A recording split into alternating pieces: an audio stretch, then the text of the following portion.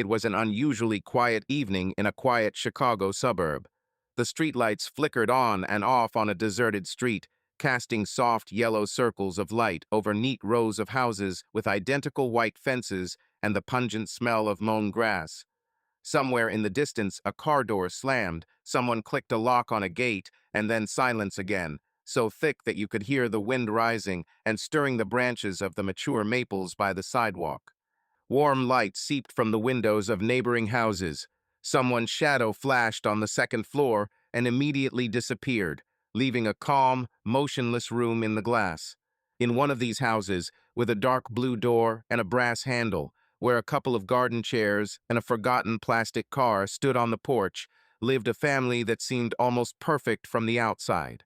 On the kitchen windowsill were jars of homemade cookies. In the hall were family photos in identical light frames. In the living room was a large checkered blanket in which the children liked to wrap themselves in the evenings. It smelled of clean wooden floors, washed cotton, and something sweet, like strange but kind grandmothers. This house was Emily's dream. A spacious kitchen, a garden with a swing and a tall maple, a welcoming veranda where in the summer you could drink lemonade and count planes flying high, high, as if on threads. She stood at the living room window, lifting the corner of the curtain slightly, and peered into the gathering dusk. Her own figure was reflected in the glass. Straight shoulders, a slender neck, her light hair neatly pulled back into a bun, a couple of strands that always stubbornly slipped out and tickled her temple. On her face was a polite weariness, familiar to all women who know how to keep a house in order as if it were effortless. Emily was one of those who liked simple, clear lines. She straightened out piles of towels, blew excess air out of bags of cereal, straightened paintings if they were tilted even a millimeter to one side. These little rituals calmed, pushed the day to its logical conclusion. The clock over the fireplace, a large one with a white face and graceful black hands, was ticking away sternly, drawing nearer to 9 o'clock. The dinner, neatly laid out an hour ago, had grown cold. The china plates were wafting a faint, already cold, aroma of roast chicken with rosemary. Half a lemon lay on the table, and the lamplight trembled in the glasses. The children had been fed and put to bed. The murmur of their dreams drifted down the stairs, that special childish breath you can hear if you hold your own. The house was guardedly quiet, and this silence was assuredly supported by two sounds: the ticking of the clock and the rustling of the leaves outside the window. Moving here was a shared decision. They loved the speed of the city, the ability to hop on the subway, and in half an hour find themselves in a different world that bore little resemblance to the previous one. A noisy cafe, a museum, a lake. But then they had children, and a new focal point emerged. They wanted a street without a horn in the morning, a good school within walking distance, neighbors who greeted them by name and left pumpkin pie at the door in October. Emily chose this house, not so much for its layout as for its feel. Clean air, a garden, a porch, a tall maple tree that would keep her cool in July. When they moved in, she walked around the house barefoot for several days, listening to the floor creak in different places to understand that it was theirs. But with each passing day, she felt more and more clearly how the smooth picture, once shining like a new saucepan, was beginning to be covered with micro-cracks. John left early in the morning, returned after dark, tired, silent. He assured me that it was temporary, a rush job, a new contract, a little more, and everything will be fine. Emily believed it. She liked to believe in simple cause and effect relationships. She knew for whom he was trying. For her, for the children, for their common later. And yet, deep in her chest, something was chilly and empty, as if a window had been left ajar in the house, and a stream of cold air was slowly but surely displacing the warmth. She was about to pull down the curtain when she heard light, slapping footsteps behind her. Sarah was standing in the doorway of the living room, 9 years old, wearing soft cotton star-patterned pajama bottoms and with her ponytail up on top of her head. Sarah had a round, attentive face. She knew how to listen and ask questions as if she were writing her own book in her head. She was clutching a teddy bear tightly in her arms. When Sarah was nervous, she would mechanically stroke its ear with her thumb, a movement that looked touching and a little adult. "Mom, is Dad coming today?" she asked almost in a whisper, as if she was afraid to scare off the answer. "He'll be here, honey." Emily crouched down to be level with her daughter and brushed a strand of hair from her forehead. "He's just a little late. Go to bed. When Daddy gets home, I'll be sure to tell him you were waiting." Sarah nodded, but a small cloud of disappointment moved in her eyes, like the shadow of a bird's wing. She clutched the teddy bear even tighter and trudged into the hallway. Emily watched her go. Her thin ankles, her confident, if sleepy, steps, her shoulders straightened a little wider than they had been a year ago. Her daughter was growing up quickly. She was becoming more silent and more able to see nuances. Sometimes Emily caught herself afraid that Sarah would suddenly be too sensitive to understand that there were empty rooms inside her mother, too. The girl had barely disappeared behind the door when the front door creaked downstairs. Emily's heart skipped a beat finally. The hallway smelled of the street, damp air, chewed by leaves, and a little bit of gasoline. John stood on the threshold, tall, slightly angular, with a tired face on which a smile appeared first of all, and his eyes were drawn to it with a delay.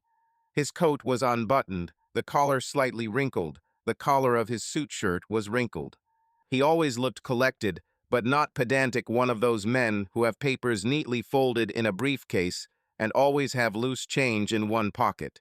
"Sorry, I'm late," he said, not looking up as he took off his shoes. "The meeting ran long."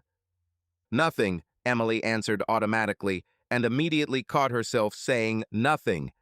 Her nothing meant, "I did it, the house is up and running, the kids are in bed, heating up dinner is no problem. But also, I wish it were different." John smelled of cold air and coffee. Emily helped him take off his coat, hung it on a hook, smoothed down his sleeve, an unconscious movement, as if she were smoothing down her own doubts. They walked into the living room. John sank into a chair and ran his hands over his face, as if he were wiping away the long day. For a second, Emily thought he seemed thinner, not in body, but in presence, as if part of him remained there in the office, between the spreadsheets and the calls. "You must be hungry. I'll heat up some dinner," she said, already heading to the kitchen. "No need, I had a snack," he replied, trying to smile. "Don't worry." He often said, "Don't worry." Emily knew the word by taste. It was weighty and friendly, but at the same time, for some reason, it persistently pushed her aside. She went back and sat on the edge of the sofa, just like a schoolgirl. She wanted to ask, "How are you? What's going on there? Why does every evening feel like yesterday?"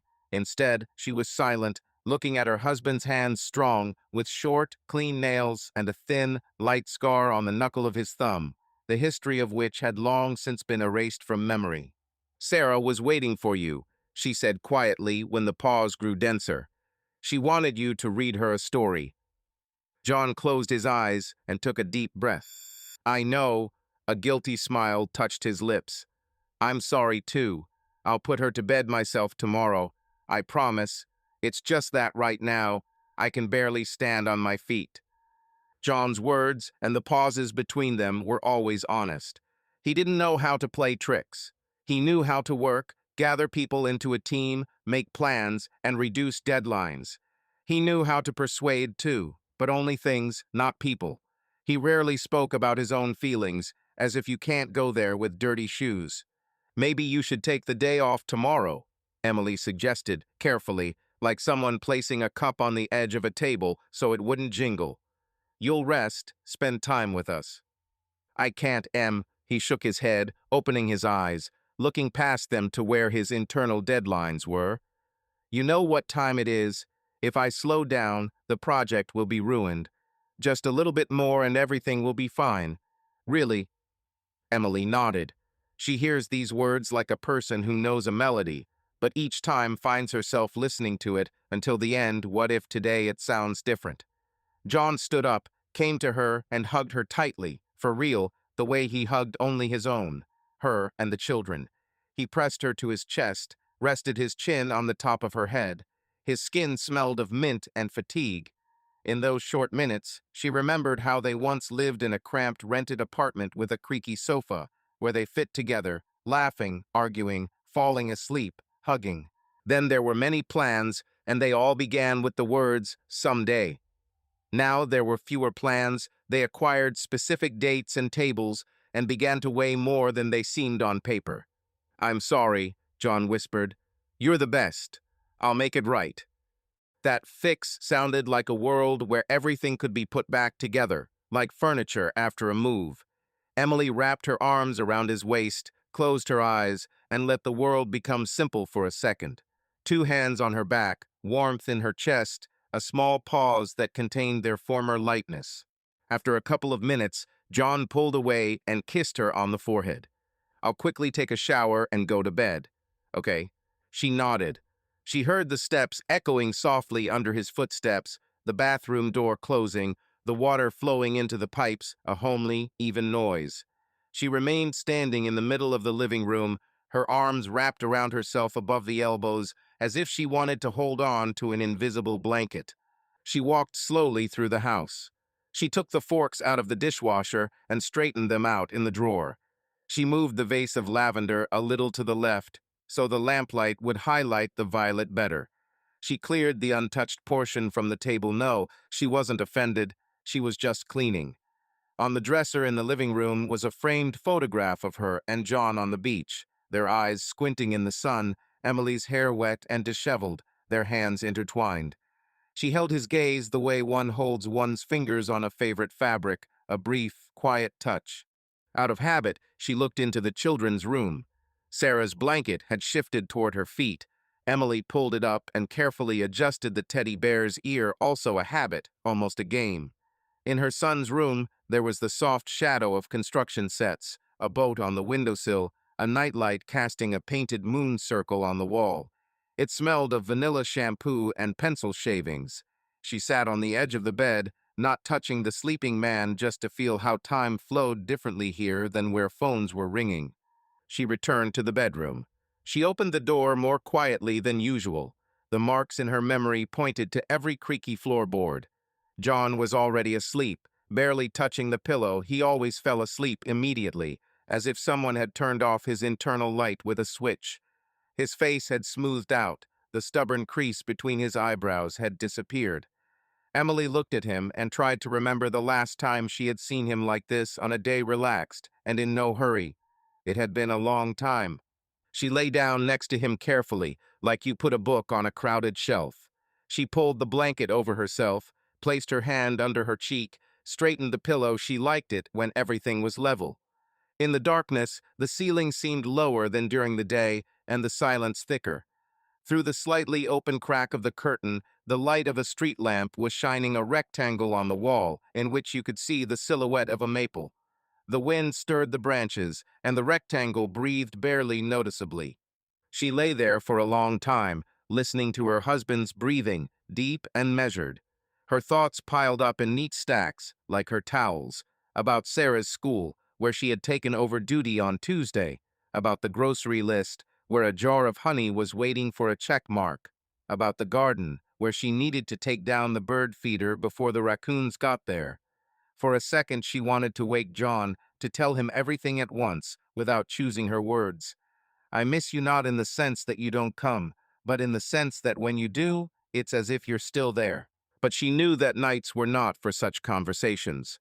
Nights were not for conversations at all. They had a different rhythm and a different truth. Emily rolled over onto her side, her knees bent. She had a childish habit of curling up like a cat. A quiet ache swelled inside her, a mixture of sadness and fatigue, as if her muscles had been doing a plank all day. She didn't cry. She knew how to do without tears, exchanging them for order, lists, and breakfasts prepared in advance. Sometimes she thought that if everything in the house was perfect, then order would come inside, too, like a composition on a shelf, where the high stands behind the low. Sometimes it worked. A soft click as a branch touched the glass. A car drove by somewhere far away. The sound became softer, drowning in the night. Emily closed her eyes and allowed herself a small, safe piece of a dream, not about a vacation or a winning contract, but about a simple evening when the three of them, she, John, Sarah, were sitting on the veranda, mugs of something warm in their hands. The maple rustled. No one was in a hurry. Then she mentally corrected the picture. The four of us. After all, the house was theirs, and it was important to remember that even when two of them were asleep, and two were learning to hear each other on the same wavelength again. She opened her eyes, and the rectangle of light from the lantern on the wall became calmer. John's breathing became deeper. Emily listened to the house once more, like a captain listening to a ship before the night watch. Everything was in its place, and yet, somewhere on the very edge of the silence, there was a resilient, unyielding melancholy, not loud, not dramatic, but the kind that lives in the pauses between "everything is fine" and "I can handle it." Emily turned her head toward her husband, gently touched the back of her fingers to his shoulder, not waking him, just to feel the warmth, and sighed softly. "It will get better," she said to herself in the same voice she used to say "good night" to her children. The word did not promise miracles. It simply covered the fragile, porcelain-like present with her palms so that it would endure another evening, while the street lamps held their leisurely light, and the maple outside the window rustled like an old but beloved book. The night flowed more smoothly, and while the clock on the mantelpiece measured out another minute in the house, guarded by silence, everything remained as before, enough to be able to breathe and wait. Without hasty conclusions, without big decisions. Just two people nearby, each with their own tiring day and their own little light that still held on, despite everything. In the morning, the house was filled with familiar sounds. The hiss of the coffee maker, the clatter of the children's feet on the stairs, the soft murmur of the radio in the kitchen. Emily set out bowls of cereal for the children and poured herself a mug of black coffee. John had already left by then, slipping out at dawn with only a kiss on the cheek as a farewell. His haste had become so routine that Emily had almost given up hope of family breakfasts together. "Mom, are you picking me up after school today?" Sarah asked as she sat down at the table and started eating her cereal. "Of course, dear, as always." Emily nodded, running her hand through the hair of her son Michael, who was still half asleep, picking at his bowl with a spoon. He was only 5, and in the mornings he was not very talkative. "Will Dad come home late again?" Sarah persisted. Emily exchanged a look with her daughter, unsure what to say. Should she be reassuring or honest that she probably was? She chose neutral.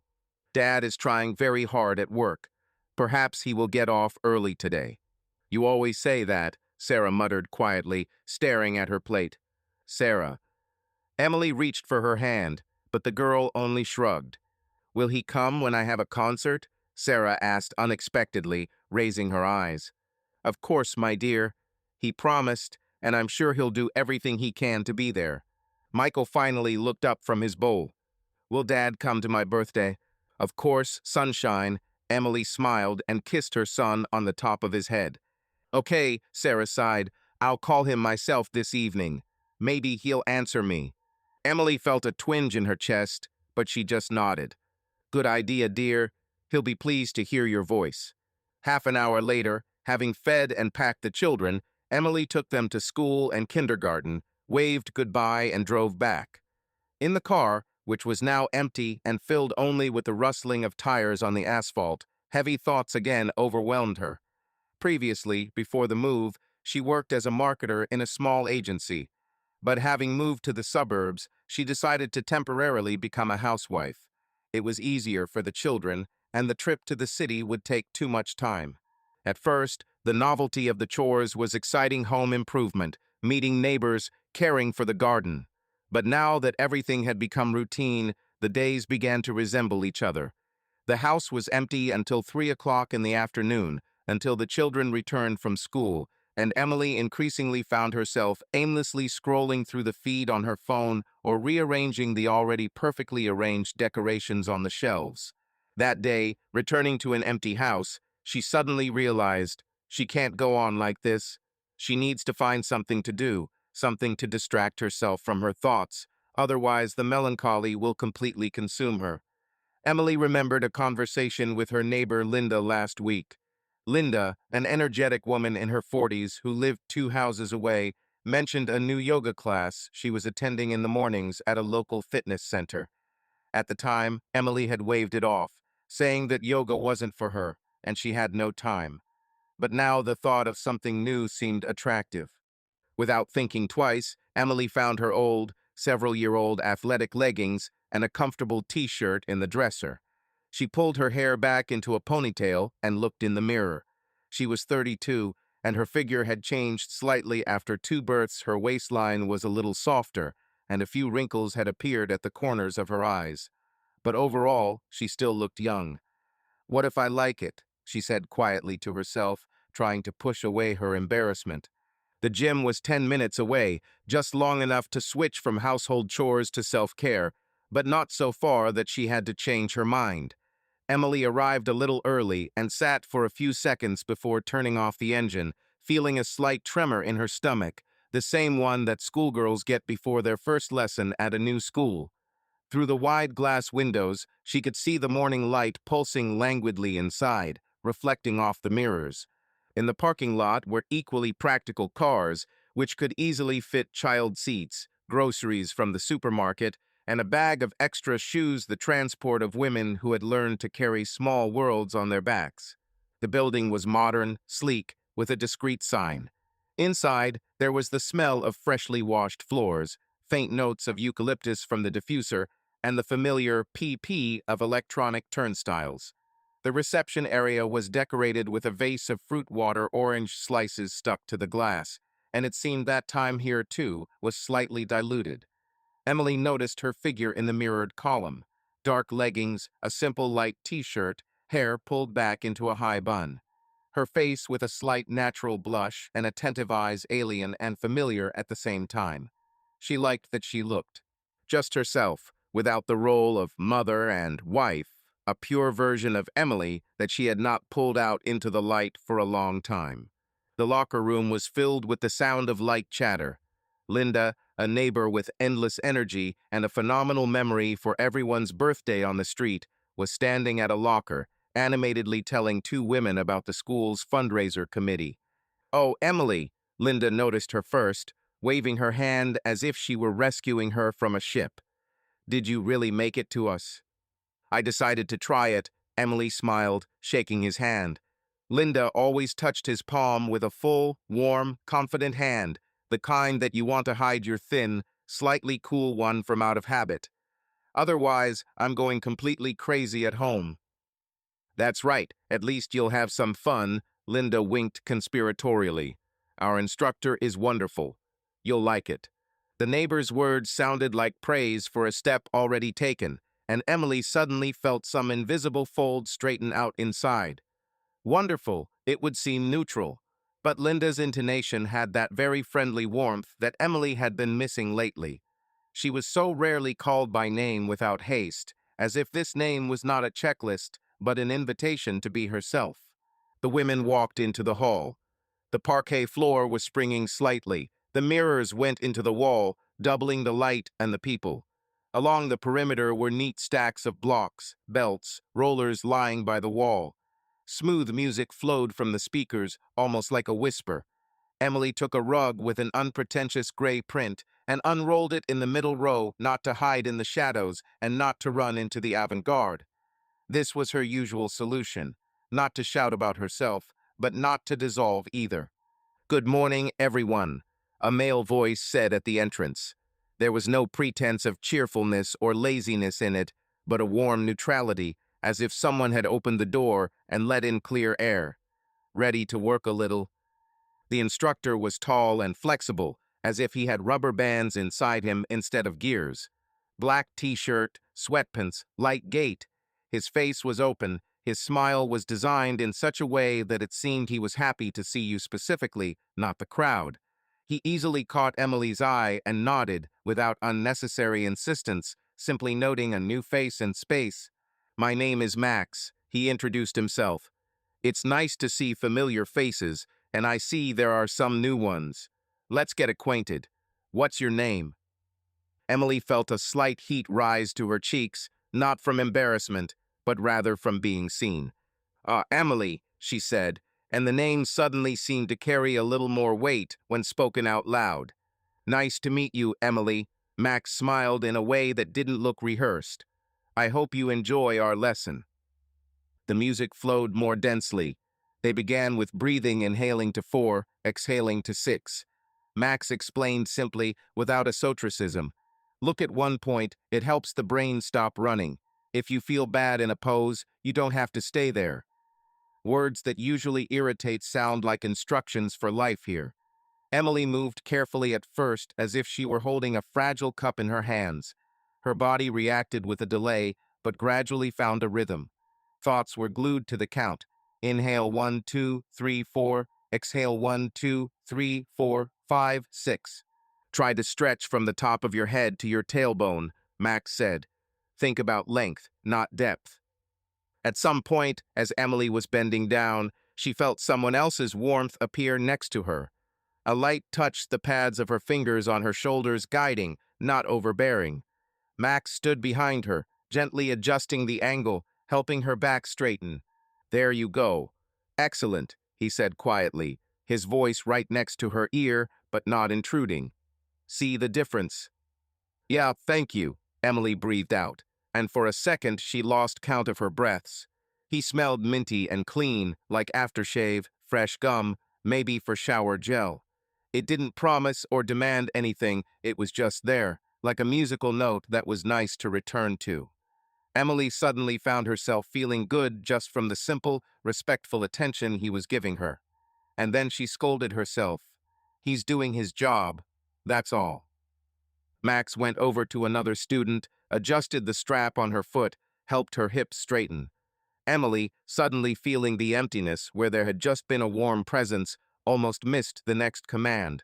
She caught herself, straightened up, applied diligence, as if this could drown out the mixed feelings of shame and joy. For the rest of the lesson, she studiously avoided meeting his gaze, not out of fear of being caught, but to preserve that new, subtle sense of self inside.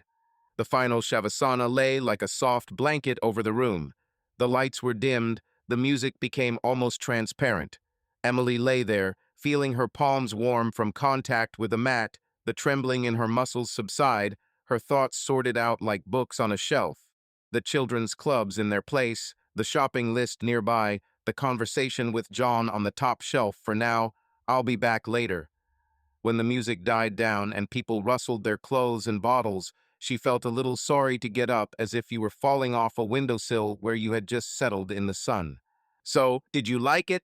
Max asked as she rolled up the rug, trying to look busy and calm. Yes, very much, Emily answered honestly. I've never tried yoga before. I thought it would be harder. You did great for your first time, he nodded without any condescension. Progress is not deeper or faster, it's notice and adjust. I hope to see you at the next lesson. I'll try to come, Emily said, throwing her bag over her shoulder. I'll wait, he replied. The smile was warm again, but professional, the boundary was clearly discernible. This didn't make the inner trembling any less, but it took on safe contours. How do you like it? Linda, passing by, nudged her with her shoulder in a friendly way. I told you it was wonderful. Yeah, okay, Emily tried to steer the conversation into neutral territory. There was still a slight warmth on her skin where Max had touched her shoulders. They exchanged a few words about the school assembly, about the trial run in the park on Saturday. Linda suggested adding Emily to the group chat. We share schedules and muscle soreness memes there. Emily nodded, dictated the number, surprised at how easily consent is given to small social connections if there are no obligations in them, but just being there. In the parking lot, the morning sun grew brighter, and the cars' hoods shone clean. Emily sat in her car for a few seconds, silent, her hands on the wheel. She listened to her heart, which was beating briskly but without alarm. In the rearview mirror, she met her own eyes, her pupils dilated, her cheeks flushed. From the strain, she told herself. And yet, deep inside, a long-forgotten spark ignited. I've been noticed. I've been treated with care. I'm not just someone's to-do list. The drive home flew by. Thoughts rose and landed in her head like flocks of birds. I need to buy milk. I need to help Sarah with the poster. I need to call the dentist. And then, the lightest, almost weightless thought. Tomorrow at the same time. She immediately turned it off, like a night light during the day. I just enjoyed the lesson. That's all, she said to herself in her usual rational tone. At home, she was met by a familiar silence, not empty, but working. After taking a shower, Emily stood under the warm water for a long time until the streams washed away the remnants of doubt from her shoulders. The almond-scented cream lay softly, like a phrase that one says to oneself. In the kitchen, she put the kettle on, with unexpected pleasure rearranged the salt shakers. She found a more convenient angle. Humming a long-forgotten tune from her student years, she cut apples for the children, soaked beans, and thought out dinner. Her body responded with a light, pleasant fatigue, as if someone had removed an extra load from an inner shelf. When the kids came home from school, the house was filled with voices, doors slamming, backpacks rustling. Emily found herself smiling more than usual. She calmly helped with math problems, without the irritation that used to creep up on her at the end of the day. "Yoga has really helped me," she said, almost matter-of-factly. John called in the evening. He warned that he would be late, but would make it by 9. Emily put the children to bed, read 2 chapters to Sarah, stayed with Michael for another minute, just listening to him take 3 quick breaths before each short exhale. She sat on the edge of her bed and thought for a second. Should she tell John about the class in detail? About how the instructor explains in such a way that the body suddenly remembers logic? About how unexpectedly pleasant it is when you are closely observed? She chose the traditional path briefly. "I went to yoga. I liked it," without further elaboration. When John finally walked in again around 9, but this time he had called ahead, their conversation was casual. He talked about suppliers and deadlines, about numbers that no one could agree on. Emily mentioned yoga briefly, checking his face not to hear his excitement, just to see his interest. "Yes," he replied, pressing the kettle button. "Good thing you found something to do." He said it without a hint of irony. He was sincerely glad that she had her own. But there were no details in the words, and therefore no bridge to her discoveries today. Emily nodded, and disappointment squeezed into a tiny point somewhere under the ribs, not because he was a bad husband, but because different paths of attention now lay between them. John immediately switched to Michael, who, having woken up to drink water, ran out of the room and, beaming, hung on his father's neck. John picked up his son in his arms, hugged him, carried him back. The ease with which he held the boy always touched Emily. She stood in the doorway to the hallway and thought that yoga, it seemed, would become her quiet corner, a small room without a sign, where she could go in and close the door behind her. And then a feeling of guilt pricked like a needle in a pillow. "But I'm not looking for anything bad. I just want to feel alive again." And yet, admitting this, she listened to her heart, and it, quieter than the steps on the carpet, answered. It squeezed joyfully at the thought that tomorrow morning she would again see the bright hall, hear the calm voice, feel how the body became her ally. Emily stroked the warm tabletop with her palm, aligned the stack of plates so that the edge matched the edge. She smiled at herself, softly, as one smiles at a good idea that has not yet become a plan. In that moment, the world shifted a millimeter, not in the direction of the forbidden, but in the direction of the truth about herself. She had the right to what made her happy. And the rest. The rest could be sorted out on the shelves, as she knew how. For now, just inhale until 4 and exhale until 6. The following weeks flew by. Emily got into yoga classes, not missing a single morning at the fitness center. She felt her body becoming stronger and more flexible, and at the same time, that long-awaited feeling of fulfillment appeared in her life. But she was honestly afraid to admit to herself that the main reason for her delight was not at all a healthy lifestyle. Every time Emily entered the hall, she looked for Max, and he always greeted her with a friendly look. Sometimes just a nod and a smile if there were a lot of people, and sometimes he came up to shake her hand, lightly touching her fingers. These fleeting touches sent shivers down Emily's skin. Max kept praising her successes. "You're already doing a great job of balancing these asanas," he said after the class when they went to the locker rooms. And Emily glowed from these words of praise more than she had ever glowed from John's stingy compliments in recent years. Sometimes after yoga, a small group of women, including Linda, would go to a nearby cafe for a smoothie or coffee.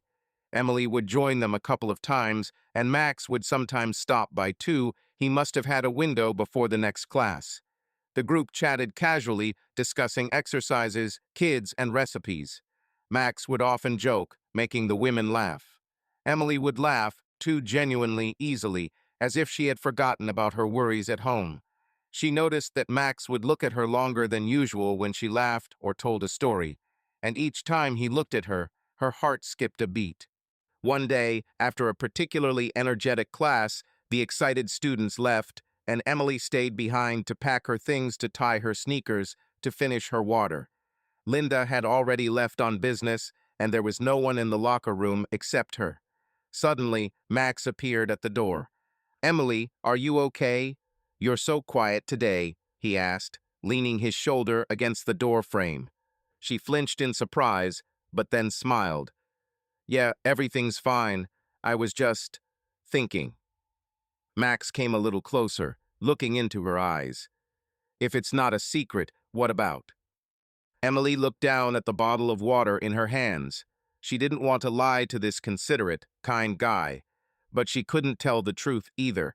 How could she tell him that she was thinking about how she didn't want to go home to an empty house, with no one to even ask her how her day was? "Just everyday, domestic stuff," she answered evasively. "Worries, children, nothing interesting." Max nodded, but his eyes showed that he sensed her mood. They were alone in the hall, the silence broken only by the muffled noise from the training sector behind the wall. "You know," Max suddenly said quietly, "if you want to clear your head from your thoughts at home, I can suggest having coffee somewhere without all this noisy company. You probably rarely get to go out alone." Emily froze, surprised by the offer. She looked up at Max. There was nothing reprehensible in his face, just concern and sincere sympathy. "Of course, regular coffee. What's wrong with that? They're not doing anything bad." An inner voice warned her to be careful, but without expecting it, she heard her own answer. "Sounds great. I really need to unwind." "Great," Max smiled as if she'd done him a favor. "There's a place nearby, quiet, with its own baker. Shall we go?" A few minutes later, they were already walking down the street, past a row of benches and lawns that stretched in front of the town's shopping street. The sun was pleasantly warm. Emily walked next to Max, feeling almost guilty, as if she was skipping a class or breaking some unwritten prohibition. But at the same time, she was filled with excitement from this adventure. The cafe Max had mentioned was a cozy corner spot with a white awning and a couple of tables outside. Behind the glass, tiny jams glittered on a round counter. The smell of coffee lay on top of a warm vanilla cloud of freshly baked goods. Emily noted the details automatically, as she always did when she was nervous. The barista had his sleeves rolled up neatly. The girl at the next table had a thin bracelet on her ankle, and on a shelf by the window were 3 cacti in identical pots, each tilted in a different direction. They ordered Americanos and almond croissants, while the barrister wrote the name Emily on a paper cup with chalk and, as always, for some reason put a period. She dialed Linda. She had to make her voice sound businesslike, otherwise the trembling would give her away. She lied easily and unusually. She said she had stopped by on business and would miss their planned run today. On the other end of the line, Linda chuckled, grinned. "You have good business, my dear," and, to Emily's relief, did not ask anything extra. The false explanation hung in the air, like a thread on a sweater that you want to tear off, but are afraid that the whole fabric will come apart. They settled down by the window. Max, putting his phone face down, almost immediately turned the conversation to her, not a polite questionnaire, but real questions. About Sarah, who likes to draw horses and once painted a unicorn's tail with multicolored blots. About Michael, who collects smooth pebbles and claims that they give you speed on the school track. Max laughed where he needed to laugh and asked again, not for the sake of decency, but to keep the thread going. He didn't interrupt, didn't rush. If the pause became too long, he simply sipped his coffee and waited, as if he knew that sometimes a story comes together slowly, like dough. "You're like a super mom," he winked. "You manage to do everything, and then some." It's a funny myth, Emily chuckled, wrapping her fingers around a hot glass. I just made up too much of a menu of musts, and sometimes I forget about wants. And your husband? Max asked after a pause, biting off a tiny corner of his croissant to keep it from crumbling. What does he do, if it's not a secret? John works in an architectural firm. She twirled her cup by the cardboard sleeve, as if trying to warm the air between words. He works a lot. I see, Max nodded. Does he support your activities? Well, yoga. Yes, of course. The answer came too quickly, and Emily, as if tripping over her own haste, added, I mean, he doesn't mind. Honestly, he doesn't have time for that. The words slipped out and, falling on the table, rang with a faint gilt. Max said nothing, he just looked more closely, not hovering, but as one looks at a person who for the first time confesses to something simple and important. The silence thickened, and Emily, afraid that she accidentally opened an extra door, abruptly changed the subject. Where did you study? You have some kind of unreal patience with us housewives. She smiled awkwardly. I'm glad you're coming, he perked up, picking up the proposed transition. I studied in California at the instructor training center. We had a lot of practice there and zero mysticism. He smiled with the corner of his lips. I came back here, my hometown. My parents are nearby. I started with a couple of groups, then individual classes appeared. I dream of opening my own gym. Bright, with a cork floor, so it's quiet, and floor-to-ceiling windows. And I'll play music that isn't what everyone else plays, but something where you can listen to yourself. That's great, Emily said sincerely. She had always been fascinated by people who went where they wanted, not where it was more convenient. You're so young and already making your own path. Young is when your knees aren't creaking, he laughed, then suddenly softened. You know, it's really easy to talk to you. It feels like we've known each other for a long time. The familiar form of address sounded unexpected, but natural, as if a second window had been opened in a room that had long been cramped. Emily did not object. If she started switching pronouns now, everything would become deliberate, but she wanted ease. Yes, me too, she admitted quietly, looking at the pattern of foam on the surface of the coffee. A drop on the edge of the cup slowly stretched downwards a thin path, in which for some reason everything was, her morning today, this table by the window, the soft shadow of her eyelashes on Max's cheek. Look at me, he said unexpectedly tenderly. Emily looked up. Max was staring at her, but not pressing. There was no desire in his gaze, only attention, focused and warm. Her heart sank into her throat, and the usual protective tapes, I'm married, this is inappropriate, don't exaggerate, were suddenly loosened. You're really wonderful, Emily, he said seriously, as if stating a fact. Smart, kind, beautiful. If that's too much, I'm sorry. The words fell on her like a blanket of soft wool, a long-forgotten weight that made her feel calm. Her cheeks flushed, her voice trembled treacherously. Thank you, was all she could squeeze out. Max leaned forward slightly, resting his elbow on the table. And at that moment, reality reminded him of itself sharply like cold air when you open a window. A flock of schoolchildren with backpacks ran past. Someone shouted loudly, "Hit!" A dog barked bassily. Emily stepped back. Her gaze fell on her hand's thin fingers with a silver ring, nails filed short. What am I doing? The thought flared up with almost physical pain. I have a husband. I have children. Is this like me? Max also slowly leaned back in his chair, as if returning to his side. He swore under his breath, barely perceptibly. Sorry, I think I went too far. No, it's okay, Emily said too quickly, hiding her trembling in the mundane. She glanced at her watch, and the hands pointed to the time when the mom alarm would ring even without a phone. I have to go get the kids. He stood up almost at the same time as her, and this synchronicity stung unpleasantly, reminding him how easy it is to coincide. He offered to pay, but she, unexpectedly stubborn, insisted on her own. The bill would be split in half. There was salvation in this small independence, a boundary, simple and clear. They walked out to her car. The air was dry and clear. Somewhere in the distance, someone was knocking on metal. Either they were repairing a billboard or someone was closing a garage. Max stopped, not entering her personal space. His voice became muffled, as if he was talking not only to her, but to himself. Emily, I didn't mean to embarrass you. I really like you. As a person, he added after a pause, you're nice to talk to. She gripped the door handle tighter than necessary. It was as if two winds had collided inside, one warm and promising, the other dry and disciplined. Say you too, the first half whispered. Say no, the second half responded. The only words she could find were narrow, neat, without sharp edges. I like you too. But I know, he interrupted softly. You're married. It's okay. I appreciate us sitting down. He took a step back, a gesture that conveyed more respect than 100 beautiful phrases. Emily wanted to add, I'll still come to class, but she was afraid it would sound like an excuse.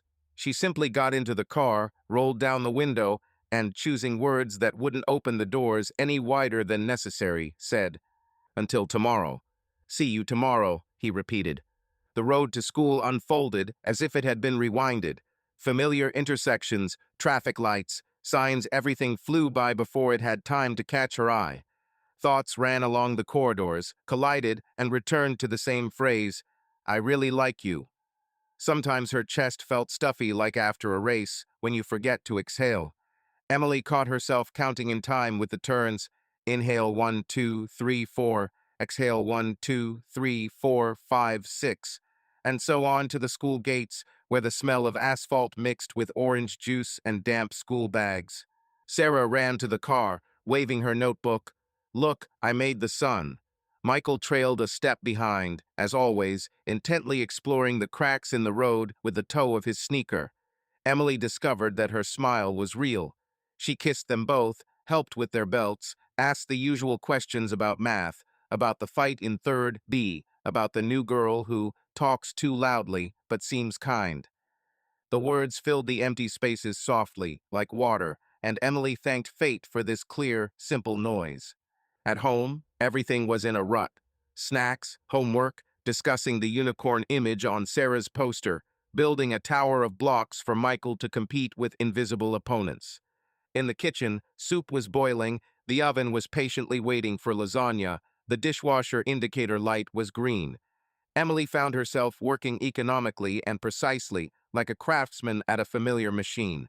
Dishes, notebooks, teachers' messages, everything obeyed the rhythm. And yet, beneath this clear rhythm, there was another, new note quiet, like a string that had been pressed just a little. John called in the evening.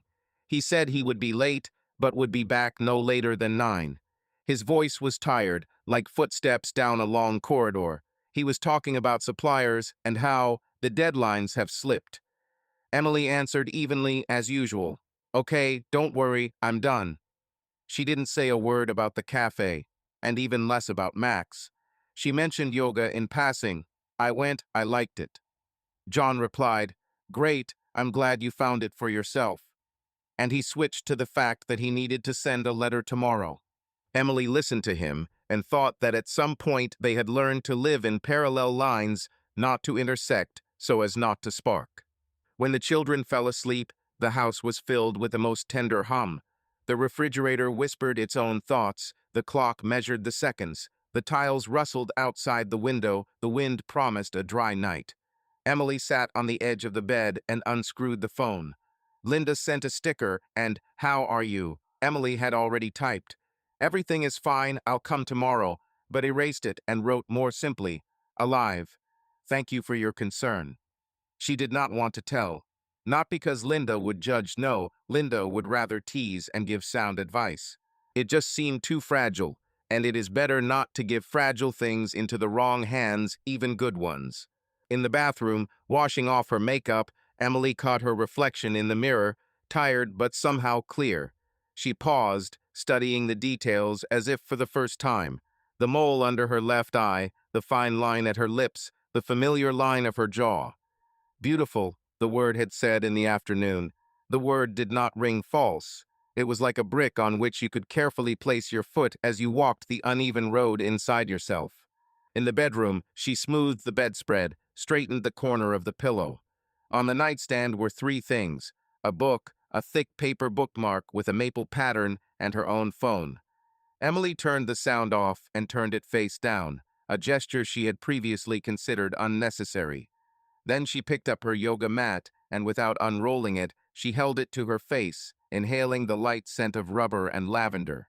It was enough, a reminder of a place where she was noticed with attention, not praise, not sympathy, but simple presence. She lay down, drawing her knees up, as she always did when she wanted to curl up. In the darkness, the ceiling was a little lower than it was in the daytime. The rectangle of streetlight on the wall set the rhythm again. Emily counted her breaths, not to fall asleep, but to reclaim her right to choose. As she inhaled, she thought of the children how Sarah had carefully drawn on the unicorn's eyelashes today, and how Michael had hidden a new stone under his pillow to speed up his dreams. As she exhaled, she thought of the words that couldn't be put in a diary: "I feel good with you," and "this is the limit." She didn't try to imagine tomorrow. She didn't write scenarios in her head. She didn't chase away conversations. She simply allowed her heart to grow quieter, while somewhere deep inside that same string continued to sound. And in that rare moment of clarity, she realized there was no thunderstorm now. There was a wind, warm and persistent, trying to open the window. But the window had a lock, and the key was hers. She could open it, air it, close it whenever she wanted and as needed.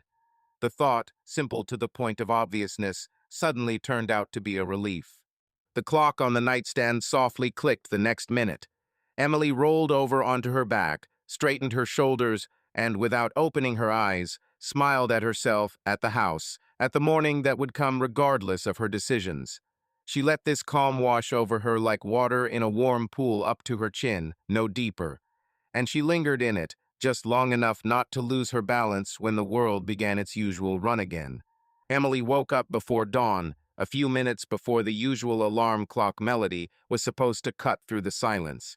Her heart was beating faster than usual, as if it were running ahead of her, urging her on. She lay still, listening to the house, John's even breathing, the muffled hum of the refrigerator, the quiet creaking of a branch outside the window. Everything was in its place, and everything seemed slightly displaced, like a framed photo that had imperceptibly shifted a millimeter. Almost a week had passed since that morning coffee with Max. On the first evening, she had almost solemnly promised herself not to return to the gym, too dangerous, she had said in a stern inner voice. But the next day, her hands had taken the rug out of the closet on their own, and her feet had driven the car along a familiar route. Max had greeted her at the entrance simply, "Good morning, Emily." No hint of ambiguity, no attempt to hold her gaze. Just the usual friendliness and professional distance. She felt both relief and a strange emptiness, as if a wall had been erected where she had already noticed a door. And yet the tension grew, slowly, elastically. Whenever his hand touched her shoulder, straightening the line of her back, Emily's knees buckled slightly. Whenever their eyes met in the mirror, she forgot how to breathe for a split second. It seemed to her that the same spark flickered in Max's eyes, hidden under the instructor's even smile.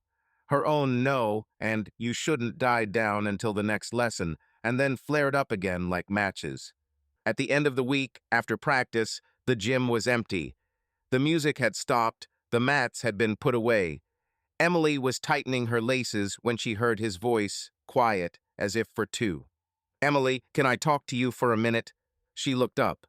Max was standing by the window, looking out at the empty parking lot, where yellow leaves rolled lazily.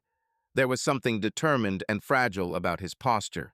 "I keep thinking about that conversation, about what happened," he began without turning around. "You probably thought I regretted my words, but that's not true." Emily approached cautiously. Her mind tried to find a neutral answer: "It's okay, let's forget," but the words wouldn't obey. "Max." He turned, and in his eyes was that same tenderness that had previously seemed to her to be her own fantasy. She felt as if a latch had been unfastened inside. "I try to keep my distance because I respect you." he said quietly. And your family. But it's very difficult for me. I think about you all the time. The confession was simple, without fancy packaging. Emily felt a thin veil of self-deception slipping away. What she called accident had a name and weight. She took a step closer. I do too. Think about you. All the time.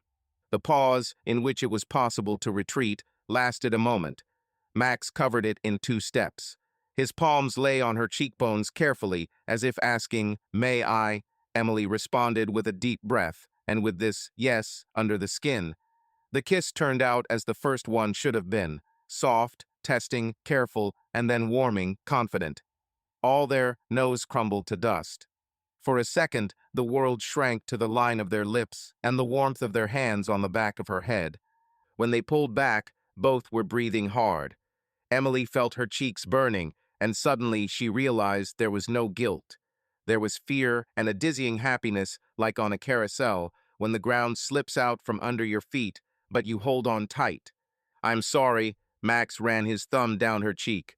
I shouldn't have. Don't apologize, she shook her head and leaned her forehead against his. Tears from tension, not grief, came of their own accord and were immediately wiped away by his warm fingers. Shall we go to my place? He asked, almost in a whisper. If you don't mind. It was the moment they call the point of no return, though they may have crossed it a little earlier.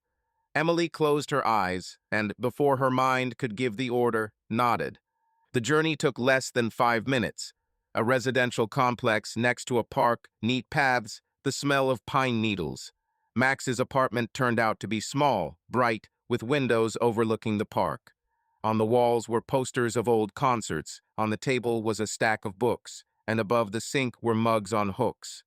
On the shelf by the window were incense sticks that smelled tart and clean. Emily glanced at the details and was surprised at how much everything here was not about effect, but about life. He took off her coat, barely touching her shoulders. The gesture was simple, almost mundane, but the world rocked again. Are you sure? She whispered. I'm not free. I want you, he said without pathos, and I won't ask about anything that worries you. Just be with me now. These words made it quiet inside. She reached out to him, and everything else dissolved. Then came the warmth of her skin, the stuttering count of her breath, the whisper that lost its words. They became lovers, not because it was right, but because they could no longer do otherwise. A little later, lying on his chest, Emily looked at the wall, where a rectangle of sunlight was slowly moving from a poster to a shelf of books. Her body was tired and calm, and inside there was a strange feeling. Not sin and not victory, but clarity. Max stroked her shoulder, silent, as if he was afraid that words were rough instruments for such a delicate matter. What are you thinking about? She asked. About how beautiful you are, he answered simply and kissed the top of her head. The words did not sound sweet. They lay flat on her heart like a blanket. But the hands of the clock on the nightstand reminded her that time, alas, does not know how to stop. Emily sat up, gathered the clothes scattered on the floor with her eyes, and sighed. Oh God, I have to go get the kids. Max stood up almost at the same time, holding her hand. Will we see each other again? This question had much more meaning than 4 words. Emily covered his hand with hers. Yes, of course, yes. An excuse was born right there. I stopped at the mall. I spent a long time choosing sneakers for Sarah, the line at the checkout. Everyday life is the perfect screen. Max walked her to the car. They stopped in front of the door. He looked at her as if he was trying to remember her in case of a long winter. I will miss you every second, he said. Me too, she replied and touched his lips with her fingers. From that day on, their secret story began. They didn't make any big plans, they settled on something simple. Today, now, half an hour. Emily lied to John skillfully and carefully, without going into drama. Linda invited me to the spa. We have extra stretching. They wrote to me from school to help with the decorations. Linda unwittingly became the perfect cover. Her life was truly in full swing, and no one would be surprised that she had come up with another idea. Max blossomed, not with flashy gestures, but with attention. He listened, remembered, and offered simple joys. Cutting a salad together, pouring cookies into the children's bag for tomorrow, rewatching an old comedy.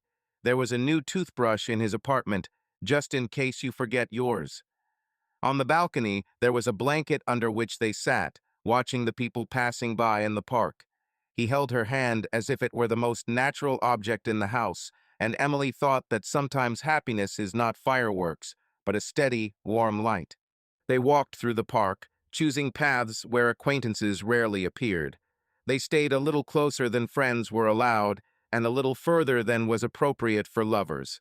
Max joked and understood when it was better to remain silent.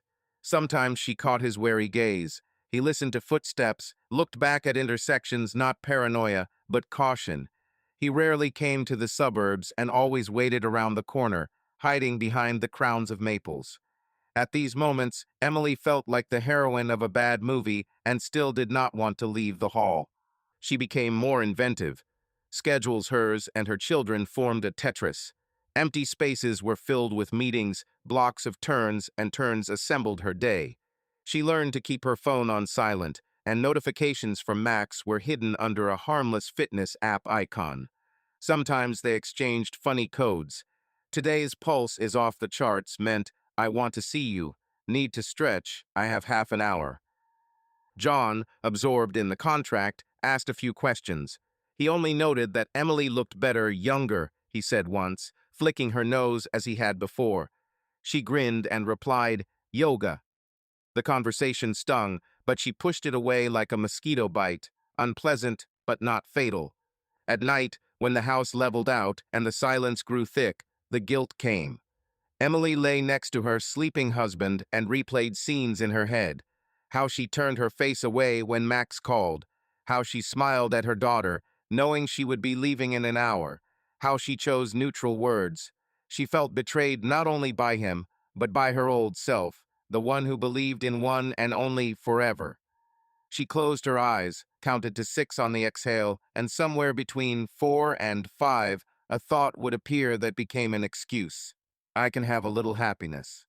The next morning, this thought turned into certainty as soon as she saw a message from Max or remembered the way he said her name slowly as if unwrapping a gift. They learned to recognize each other by small details. Max would notice if her fingers were shaking and would tie her sneaker for her. Emily could tell by the smell of the tea he had put on the table as soon as she entered the apartment. He didn't ask about John, and by doing so he respected her boundaries. She didn't ask about his past relationships, and by doing so she preserved their present. There was almost more tenderness in these silences than in words. Sometimes reality throws them a curveball. Once Linda suddenly wrote, "Can you make it for a run in 20 minutes?" just as Emily was leaving Max's building. She stopped on the stairs as if she had been shot. Max quietly said, "Cancel, or I'll take you." She responded to Linda with a voicemail, smiling, "Already at the mall, sorry. Tomorrow." Linda sent a heart and a sticker with a running llama. The situation was diffused like a fake thunderstorm with a watering hose. Another time, they almost ran into John's colleague in the park. He was walking his dog. Max managed to let go of her hand and turned to the flower bed. Emily bent down, pretending to look for her keys in her bag. The man walked past without recognizing her. They exhaled almost in sync and laughed quietly, nervously, and relievedly. Days turned into weeks. Their secret romance didn't require much talk, it asked for attention and time. In his apartment, they cooked simple pasta and argued about whether to put onions in the sauce. They watched old comedies, where the jokes were sometimes flat, but the laughter was liberating. She fell asleep on his shoulder, woke up when a branch hit the window, and for a second forgot where she was. Then she remembered and smiled. At home, Emily became more gentle with the children and more even-tempered with trifles. She was not irritated by spilled juice or scattered cubes. A gentleness settled in her that had been missing for a long time. John once remarked, "You're different." She replied, "I try to breathe more." He nodded without asking unnecessary questions, as if this answer satisfied him more than the truth. And yet, sometimes, when Emily was alone, She caught herself not thinking about her husband at all. At those moments, she was not afraid of her ability to cheat, but of how easily her feelings shifted her center of gravity.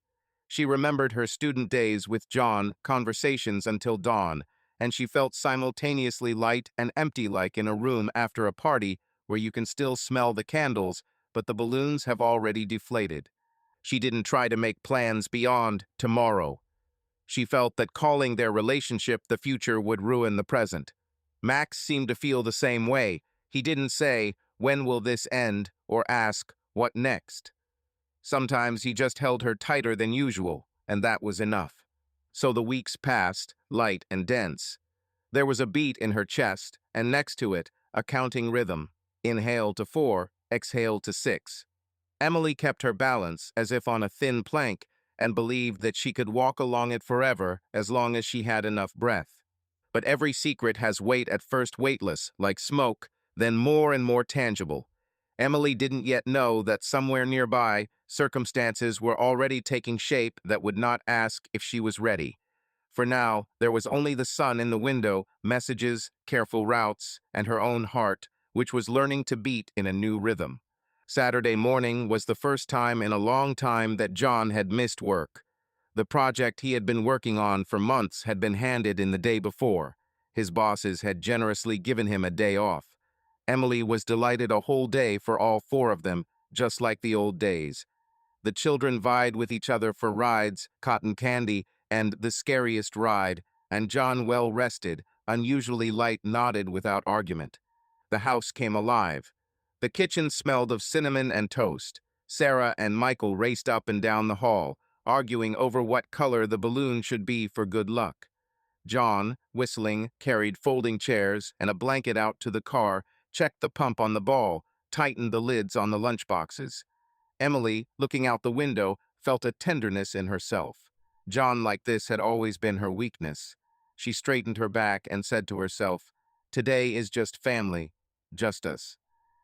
Usually, they got into his spacious SUV, but it stubbornly clicked and fell silent. The battery was dead. They decided to go in Emily's car, a small hybrid, obedient and economical. John ordered, "I'll put everything in the trunk myself, you the children." Emily was tightening the belts on the back seats when she heard his surprised grunt. "What do we have here?" She turned around. John was holding a bright blue sports bottle with a fitness brand logo. Emily's heart thumped painfully against her ribs. She knew it. Max had left it a few days ago when they went to the lake. "Oh, I must have forgotten to take it out," she squeezed out, pressing the corners of her lips to make the smile look natural. "It's Linda's, I think. I gave her a ride to yoga once." John's gaze lingered on the bottle, then turned to Emily. "Linda?" he asked evenly. "Well, yes." She awkwardly adjusted the strap of her baby backpack. "Sometimes I pick her up on the way."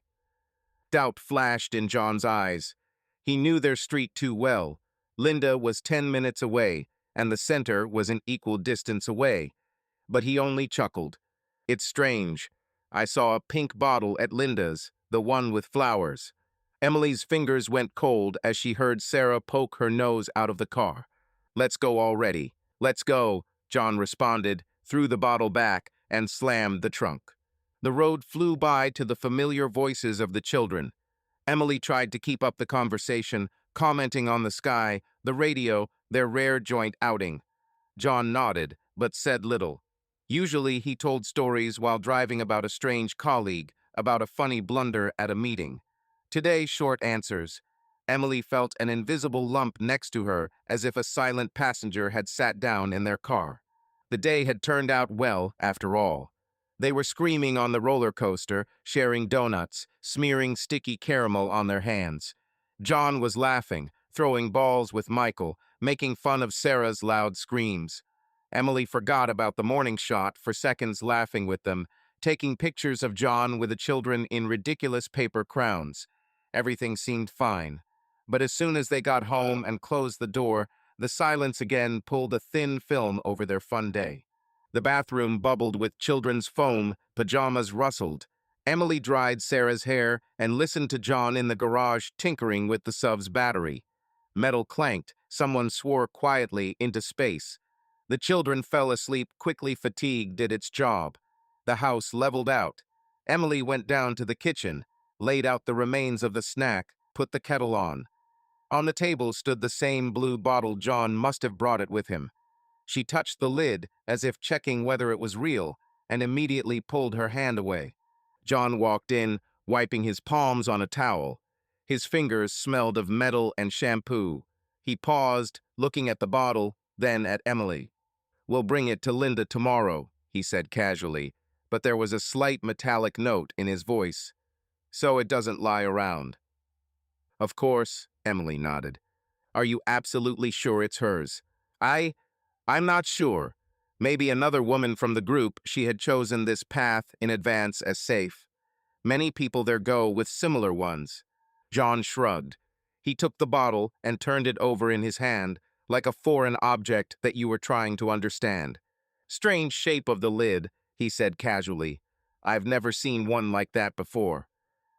"Probably the new collection," Emily responded, feeling the skin on her neck grow hot.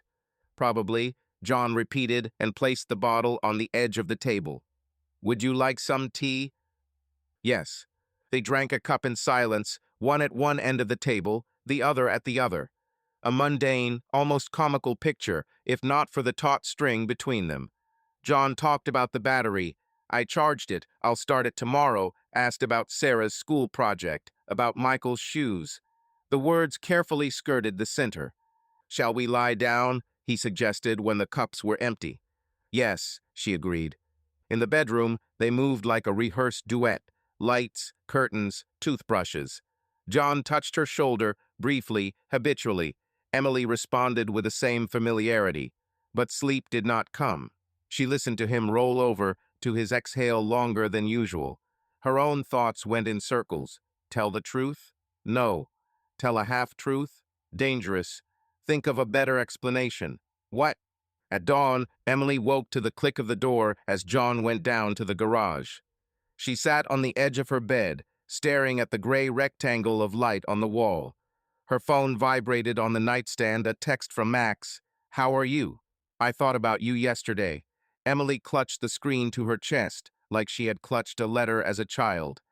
Then she blocked it, laying it face down. She knew that today any message would be like a match to dry grass. The kitchen greeted her with the smell of fresh coffee. On the table was a note. "I'll start the Jeep, go get groceries. Be back for dinner. Jay." On the same table, as if accidentally forgotten, stood the blue bottle again. Emily sighed, moved it to the windowsill so it wouldn't be an eyesore, and began to eat the pancakes. By midday, John was back. The kids were all over him, showing him cowboy stickers and demanding the promised cartoon. He was smiling, joking, tossing Michael up and down, and everything looked almost like before. Almost because his gaze occasionally caught on the windowsill where the blue bottle stood. Emily noticed this catching out of the corner of her eye and thought again, throw it away. But throwing it away means adding weight. Keeping it means playing with chance. After lunch, John said he was going to the mechanic to check the battery. The kids stayed with the cartoon, Emily with the dishes. Her thoughts kept hitting the same point. She picked up her phone and wrote to Max, "Don't text me today." She deleted it, typed again, "Everything is fine later." She deleted it again. In the end, she sent a neutral message. "The kids are happy after the park. Thanks for yesterday." Max responded with his heart and, "I'm here." Emily turned off the sound. In the evening, when the house was getting ready for bed, John returned. In his hands was a bag of milk, bread, batteries. He put the bag on the table, looking tired but collected. The children were running around, racing in their socks on the parquet floor of the hallway. Emily put the kettle on, and at that moment John, as if remembering, pulled out that same blue bottle from the bag, only now it was perfectly washed and dried, and on its bottom, written in black marker, in block letters, Max.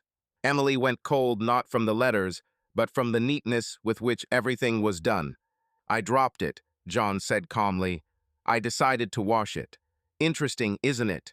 There's a name on the bottom. Probably so they wouldn't get confused in the hall."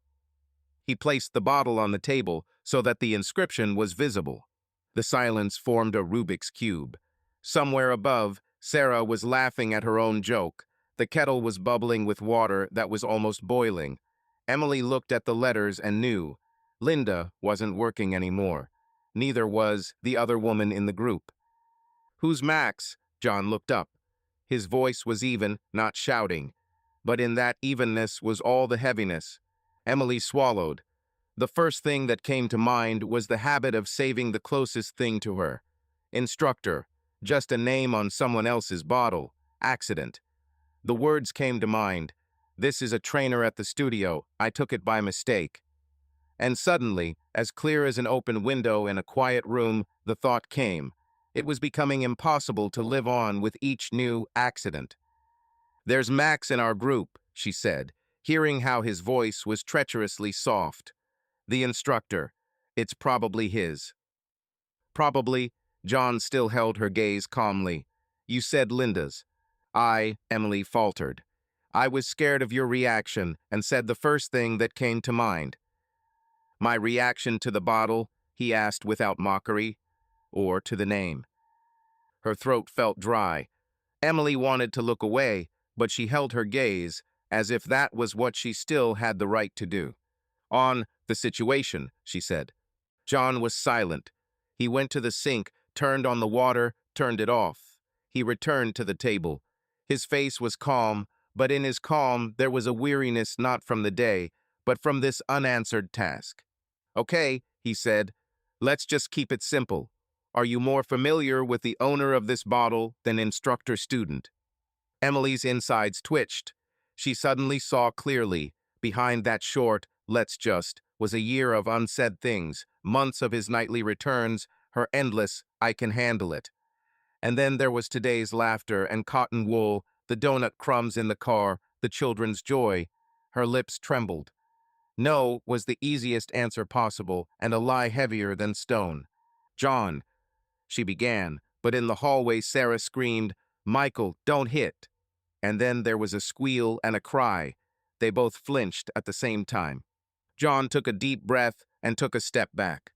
"We'll talk when we put the children to bed," he said quietly. He went out into the hallway. Emily was left alone for a second with the kettle, the neat inscription on the bottom of the blue bottle, and her own breath, which just didn't want to count to 1, 2, 3, 4. She ran her finger along the cold plastic, like shaved ice. Then she put the bottle away in the cupboard, on the top shelf where she kept things she rarely used, and closed the door. And she realized the door had clicked too loudly for a Saturday night. When the children had quieted and the house had leveled again, she and John met in the kitchen, like two people coming to the same fork in the road from different paths. John leaned his palms on the edge of the counter. Emily wrapped her arms around her elbows. "I don't want to shout," he said calmly, "and I don't want to guess. I want to hear it from you. The truth is not about forgiving everything. It's about stopping living in a fog." Emily nodded and felt something inside her, something very small and stubborn, stop hiding. At that moment, the phone in the hallway beeped briefly on the screen. As luck would have it, appeared Max. Emily saw the reflection of this name in the glass of the cabinet, a tiny white lettering on a black screen, like a beacon signal. John also turned his gaze not at the screen, but at her, and he said nothing more. The silence grew thicker. Emily reached for the phone, but stopped her hand, an inch from the table. She knew that any movement would be an answer instead of words. "Someone from the studio," she whispered, and she heard how empty it sounded. John didn't react. He just nodded once, as if noting another fact. And suddenly, very quietly, almost inaudibly, he said, "Let's take the bottle to the studio tomorrow, together." The phrase landed on the table next to the blue bottle, like a new, heavy thing. Emily nodded, not trusting her voice. John turned off the light in the kitchen. The house was plunged into a soft gloom. They went their separate ways down the hall, each with their own version of the truth to tell. For several days, a tense calm reigned in the O'Brien house. John hardly spoke to Emily, leaving early and returning late. Emily lived on pins and needles, feeling that the silence was deceptive. She tried to behave with her usual affectionateness, but John responded coldly. Even the children noticed the oddity. Sarah asked their mother why their father was so gloomy. Emily excused herself by saying that she was tired from work. Inside, she was burning with anxiety. She wrote to Max that they should not see each other outside of classes, for now it was too dangerous. He understood and did not insist, although he sent short messages every day. "I miss you. I'm thinking about you." Emily read them furtively, painfully aware of how fragile their happiness was. Meanwhile, John's suspicions grew stronger. He did something Emily had not expected. He spoke directly to Linda. It happened on the third day after the picnic. Returning home in the evening, John stopped the car near Linda's house under the pretext of returning her blue bottle. Emily saw from the window how the neighbor came out to the fence, accepting the fine from John, and how they talked about something for several minutes. Emily's heart sank into her heels. Linda must have said that it was not her thing. Later, when John entered the house, Emily met him with a tense look, expecting an explanation. But he was silent.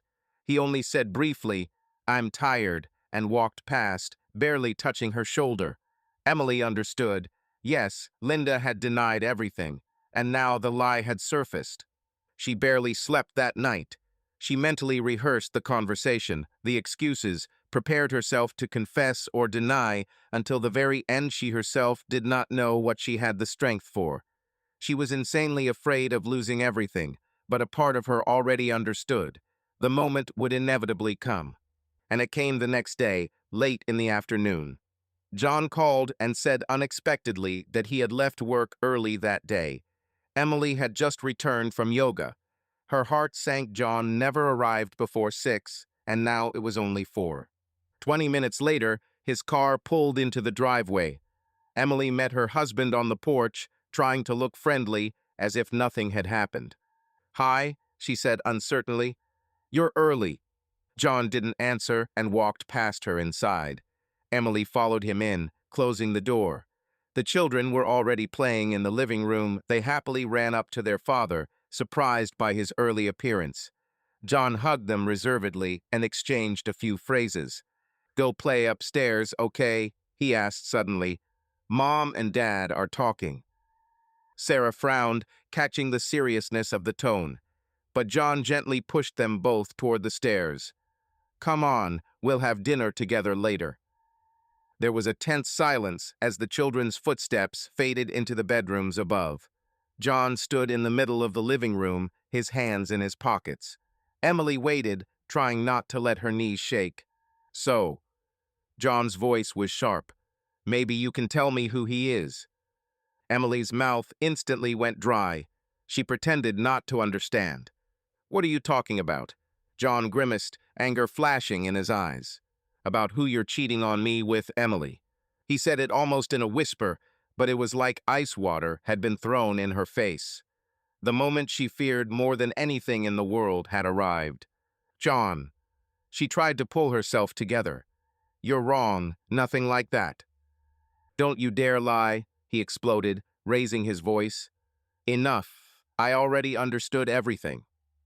Emily recoiled from the onslaught of his anger. "I don't know what you're talking about." "You don't know." John stepped closer, and she stepped back, bumping her back into the wall. He had never raised a hand to her, but now his face was distorted in a way that scared her. "You're leading me and the kids on, dragging some fop in my car, lying about your girlfriends. Do you think I can't see it?" "Please, be quiet. The children will hear." She whispered pleadingly, tears streaming down her cheeks. "Oh, now you're worried about the kids," thundered John, not lowering his voice. "But when you were jumping on other people's beds, you weren't worried." "Stop it," Emily cried, feeling despair and anger boiling inside her too. "Don't say that." "How should I tell you?" He threw something on the floor. Emily only now noticed a familiar bright yoga mat in his hand, her mat. "Do you think I haven't guessed why you got into this damn yoga? Linda said you haven't asked her for a ride anywhere in a long time. So, the bottle is that guy. Who the hell is he? How long has this been going on?" Emily covered her face with her hands, sobbing. "It's over. There's no point in lying. I'm sorry, was all she could squeeze out through her tears. Forgive me. Sorry, John mimicked with a bitter laugh. Is that all you have to say? He turned around and paced the room, unable to find a place for himself. I worked day and night so that we could have this damn perfect life, a house, everything, and you. He slammed his fist on the closet door. It slammed loudly. You just ruined everything, Emily. His scream, his blow, it was all so loud that it seemed to shake the walls. At that moment, a frightened voice was heard from above. Dad? Mom? Sarah peered out from the stairs, her eyes wide with horror. What happened? Michael was looming behind the girl, ready to burst into tears from misunderstanding. Emily rushed towards them.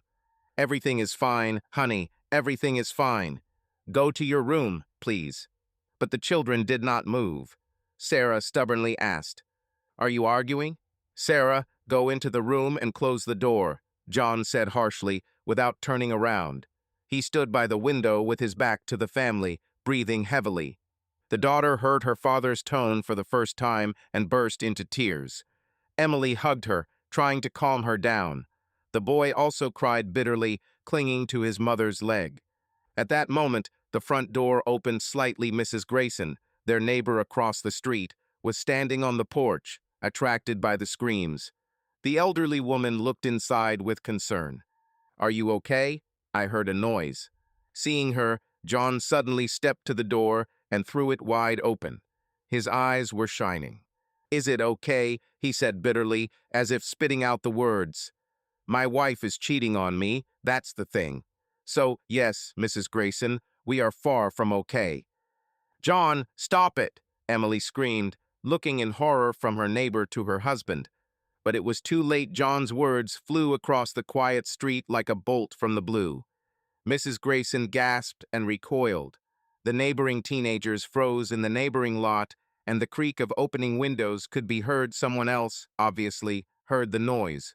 John finally let his pain out loud and now looked straight at Emily. Get out, he said quietly, terribly. Get out of my house. Emily stood there, thunderstruck. The children were screaming and crying, and the neighbor was covering her mouth with her hand in confusion.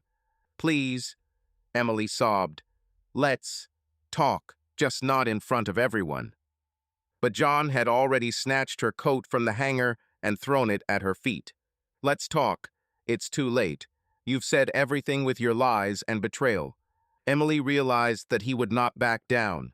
Inside her, the desire to rush to her husband, to beg for forgiveness, fought with the bitter realization that it was useless now. With shaking hands, she threw her coat over her house jacket. Mommy, Sarah hung on her arm, tears in her eyes. Don't go. These words pierced the heart. Emily hugged her daughter, kissing her wet cheeks. Quiet, darling. Everything will be fine. I won't be long. Are you leaving for good? Michael stammered, clinging to her thigh. No, no, what are you saying? Emily could barely speak, choking back tears. I love you very much. I'll be back soon, do you hear? I need a little time. John turned away, not wanting to watch the farewell. Mrs. Grayson, meanwhile, having come to her senses, came in and carefully led the confused children back upstairs under the pretext of bringing them cookies. Their cries could be heard for a long time through the closed door. Emily, gathering her will into a fist, stepped towards John for the last time. He was still standing by the window with a stony face. She said quietly through her tears, Forgive me. I'm wrong about everything. But please, don't separate me from the children. John didn't even move, as if he hadn't heard. Then Emily, taking a deep breath, turned and walked out the door. It was dark outside, quiet, only a dog was barking somewhere. But Emily knew that behind the lowered curtains of the neighbors' windows, they were now discussing what had happened in agitation. Her steps echoed on the empty evening street when she, clutching her heart, walked away from home, from that very perfect life that in an instant turned into ruins. Emily sat on the couch in Max's small living room, wrapped in his blanket. The gray dawn was breaking outside. She hadn't slept all night, and she hardly could have, because every half hour she could hear Michael or Sarah crying in her imagination whenever she closed her eyes. Max, having learned of what had happened, had rushed to her home the night before as soon as she had called. He had brought her to his place, given her hot tea with rum, and laid her down on the sofa. He had settled down next to her on the floor, holding her hand while she had cried, her face buried in the pillow. Max had hardly spoken, only stroking her back and whispering that everything would be all right. But Emily knew perfectly well that nothing was all right anymore. At dawn, when Max had briefly fallen asleep, Emily quietly crawled out from under the blanket and walked to the window. The gray sky reflected her state. She tried to comprehend. The house was lost, the children were unknown. Her heart sank at the thought of how they would be without her. She remembered Sarah's eyes, full of tears. "Mommy, don't go." Emily covered her face with her hands, holding back another bout of crying. Max woke up in the meantime and came up to her. He hugged her from behind, pressing her to himself. "How are you?" he asked quietly. "I don't know," Emily answered honestly, dropping her hands. "I feel like I ruined everything." "Don't say that." Max turned her towards him, looking into her reddened eyes. "I know it hurts, but you can work it out. Maybe he'll cool down, you'll talk." Emily shook her head. "You didn't see him. He kicked me out. And the worst thing is, the kids." She pressed her forehead to Max's chest, and he hugged her tighter. "Give him time," he said after a pause. "John is angry and hurt right now. That's understandable. But when the emotions subside, maybe he'll let you see the children." "And if not," she whispered, "he can take them away. Forever. I'm a bad mother in his eyes now." Max didn't immediately find what to answer. Instead, he gently kissed her on the top of her head. "I'm with you. We'll think of something." Emily knew Max was trying to calm her down, but his words only made her feel worse. How could he come up with something like that? These weren't his children, not his family, destroyed by their affair. Emily would have to deal with the consequences of her actions on her own. In the morning, she plucked up the courage to call the house phone. John's mobile was switched off. After a long beep, Mrs. Grayson picked up the phone. The neighbor's voice was dry. "John asked me to look after the kids while he was in court." "In court?" Emily gasped. "I think she's filling out some paperwork." "I wasn't given any details," Mrs. Grayson said flatly. "The kids are fine. I'll tell them you called." Here the connection was lost. The neighbor simply hung up. Emily froze, clutching the phone. In court. So John, without wasting time, filed for divorce or something official, perhaps even temporary custody. Max, seeing her pale face, became worried. "What's happened?" "He's already doing something legal," she whispered. "And the neighbor is clearly on his side." Max sighed. "People like to judge. Don't worry about it. The main thing now is the children. You need a good lawyer." "A lawyer." Emily sank down onto the couch, feeling completely lost.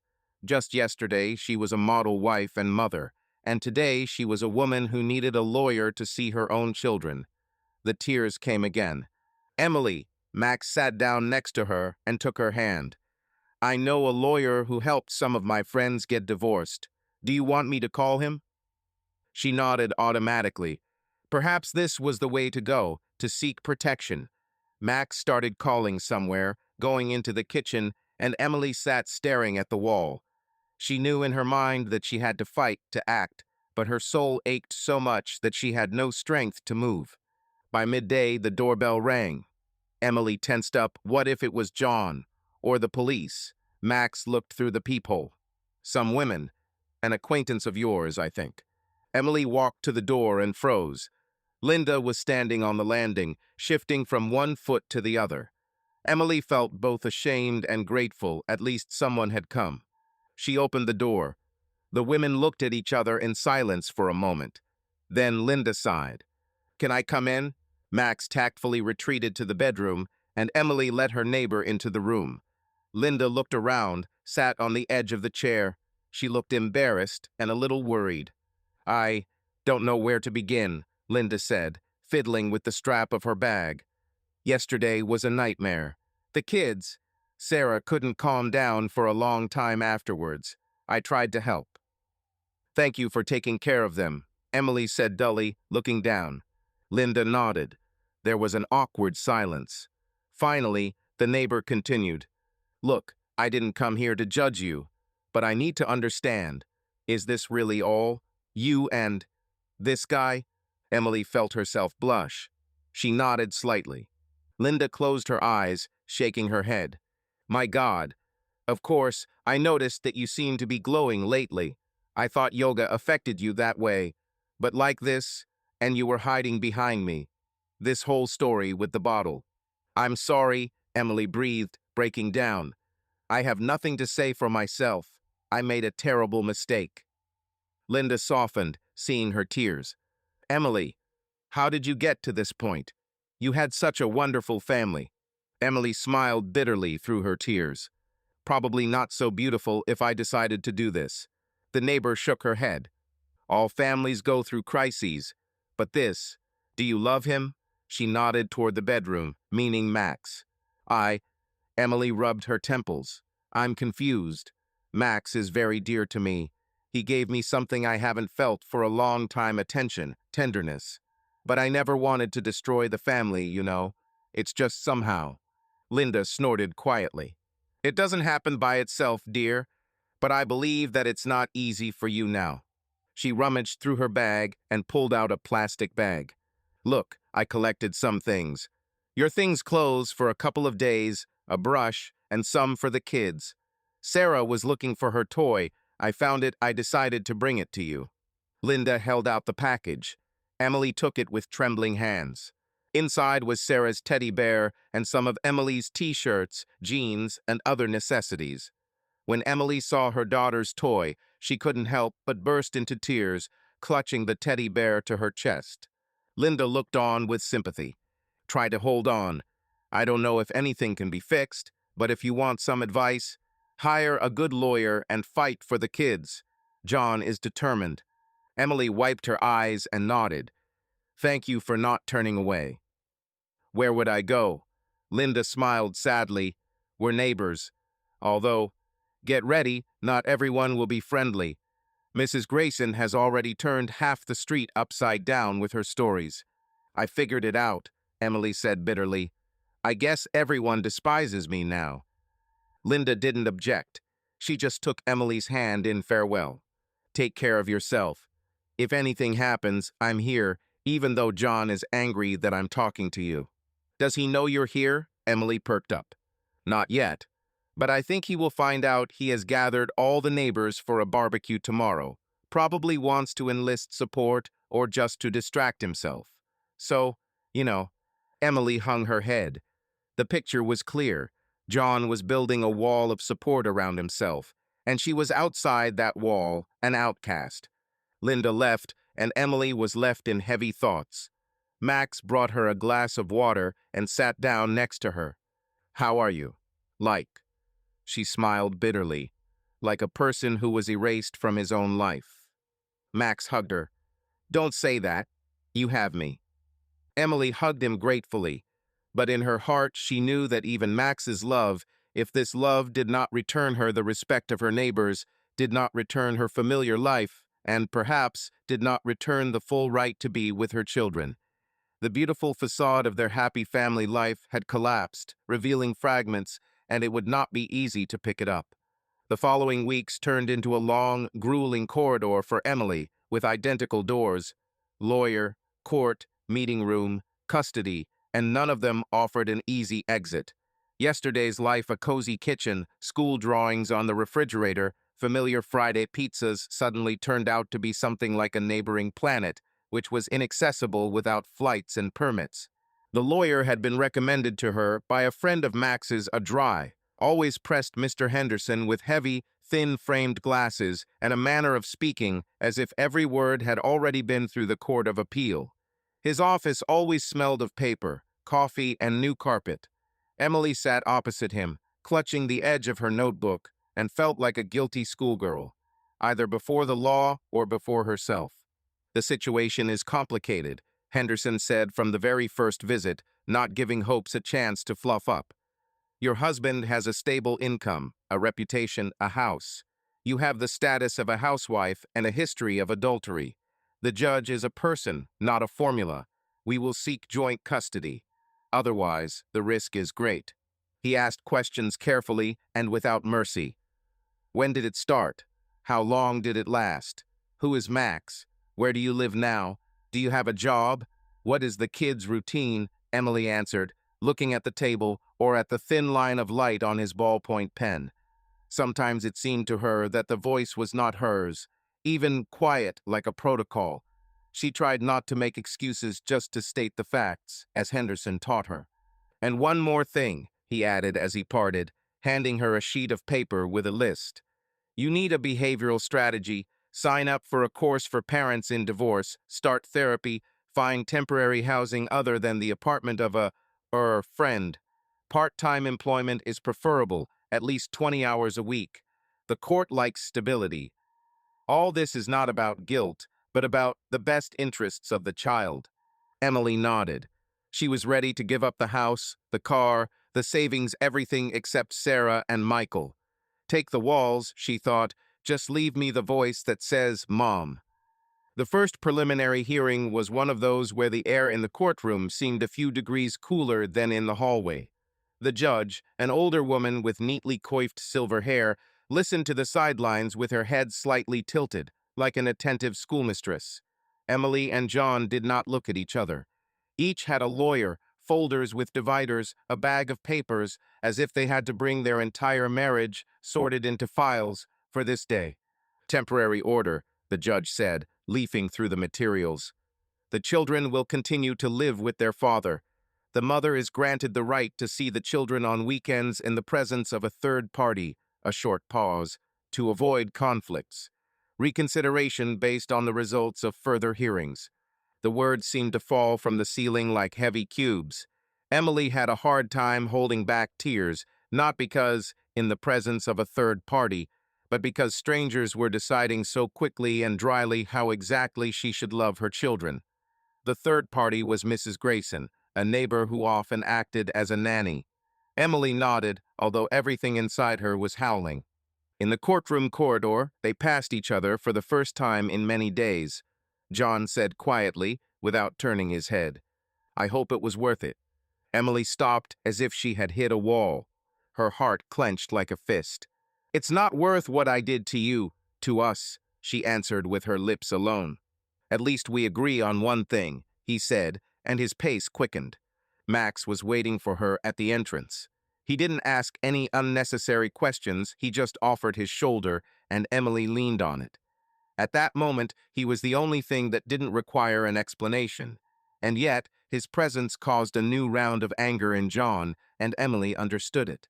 At the next meeting with the lawyers, in a conference room with a long table and faded paintings, John's lawyer spoke sharply. My client insists, in the presence of the mother, the children do not contact her. Friend, Mrs. O'Brien spends time with the children personally, without other young people. Emily flushed. Max would never do any harm. He doesn't even, she swallowed, he doesn't even know them. But as I understand it, he plans to meet you, since you live together. The husband's lawyer asked sarcastically. Please keep it businesslike, Henderson intervened. My client is temporarily staying with a friend because her husband threw her out of the house without her belongings. A friend, John muttered so that the word turned into a stone. Emily couldn't help but glance at him. His face was alien, calm, like a mask, and therefore more frightening. She spoke evenly, drawing out each letter. Max won't be present when I see the children if you don't want him to. But, John, please, don't deprive me of them. I'm a good mother. A good mother doesn't abandon her family for a boy, he snapped. You've made your choice. Yes, I made a mistake, she couldn't resist. But what do children have to do with it? They need both parents. John leaned back in his chair, tired. You should have thought about this earlier. The meeting slammed shut.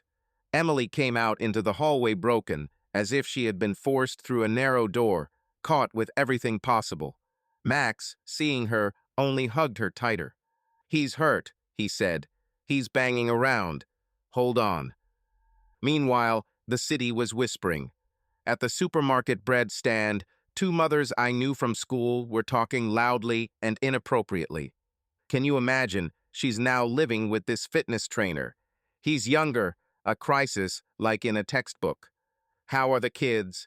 John is a golden man. He went to meetings, brought cakes to the fair. Emily walked past without taking half of what was on the list. In the parking lot, she sat in the car with the keys in her hand, breathing, counting to 6, so as not to burst into tears. Max offered to go to the neighboring city, at least for a while, but Emily refused. "Until the court decides, I'm staying nearby. Even if it's nearby, it's across the street from my own house." Henderson, meanwhile, was strategizing, rustling papers.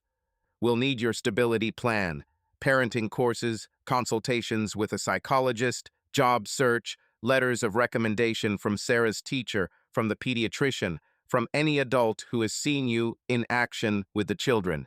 Keep a diary, when they called, when they wrote, what they answered. Every detail is a building block."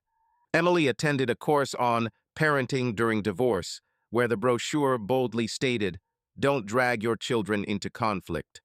She listened to the lecturer, nodded, checked off the tests, and thought about how to keep other people's words about the boy from settling in Sarah's head. She signed up for a psychologist and honestly said there, "Guilt is like a heavy, wet jacket. I take it off and put it on again." At the same time, she sent out her resume to a bookstore, to a bakery, to a school library part-time. She was looking for a corner, any corner, as long as it had an address that could be written on the documents, not a friend's apartment. She looked at rooms for rent, cheap studios with a view of the wall. Each one seemed not a home, but a ring that had yet to be expanded to life. The first date under Mrs. Grayson's supervision was scheduled for the park. Emily arrived early, choosing a bench so that she could see the swing and the pond at once. Her hands were shaking not from the cold. What if they don't run up? What if they turn away? But the children, seeing her, took off. Sarah wrapped her arms around her waist. Michael buried his nose in her neck. "Mommy," he said, and the O in the word stretched out to tears in Emily's eyes. Mrs. Grayson stood to one side, her face stone-faced, like a warden or a timekeeper. Emily forced herself not to look at her. They went to feed the ducks, swing, count yellow leaves, and launch airplanes from the sheets of paper Emily had written "Fun Day Plan" on. The children's laughter moved through their skin to where it had been empty all this time. "Why aren't you home?" Sarah asked as they sat on the edge of the sandbox. "We miss you." Emily chose her words like glass beads. "This is what needs to happen now, honey. Adults sometimes make mistakes and then live separately for a while. But I love you. That never changes." Sarah nodded, as if checking off a said box in her diary. An hour later, when they were already eating cookies, the girl, without looking up, fired off. "Is it true that you traded us for Uncle Max?" The world went black and white for a second. Emily inhaled. "Who said so?" "Daddy won't say. He's sad." Sarah squeezed the cookie in her fist so hard it cracked. "But Aunt Grayson whispered to Grandma Rose that you're with your young uncle now, and that's why you don't live with us." Mrs. Grayson craned her neck at the sound of her name, as if she had been called at a parade, and stared over the heads. Emily felt a flash of anger, but swallowed it. "No, my dear," she said evenly. "No one has replaced you with anyone. You and your brother are the most precious thing I have. I made a painful mistake, and now it is difficult for adults. But my love for you does not change. I am your mother." Sarah looked her straight in the eyes and slowly hugged her tightly, as if testing her for strength. Michael climbed onto her lap and whispered, "Mommy," as if that word was a password back to childhood. When the time was up, Mrs. Grayson arrived, as always, half a minute early exactly. Emily kissed the tops of both their heads and watched them go, turning around every 3 steps. The bench beneath her had cooled in the past 2 hours, but inside it was warmer. In the evening, she called Henderson. A third party present at the meeting made comments, Emily said carefully. The children are repeating them. Is it possible? Recorded? He interrupted. Date, time, witnesses, children, and me. That's not enough. But write it down in your diary.